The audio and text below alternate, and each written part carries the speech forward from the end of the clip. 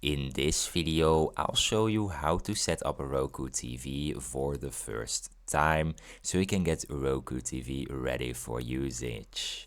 Step 1. Unbox and connect. Remove your Roku TV from the packaging. Connect the power cord and plug it into an outlet.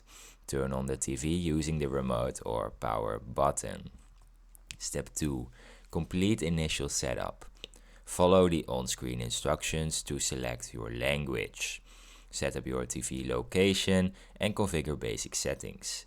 Insert batteries into the remote to continue. Step 3. Pair the remote, holding the pairing button on your remote for 5 seconds.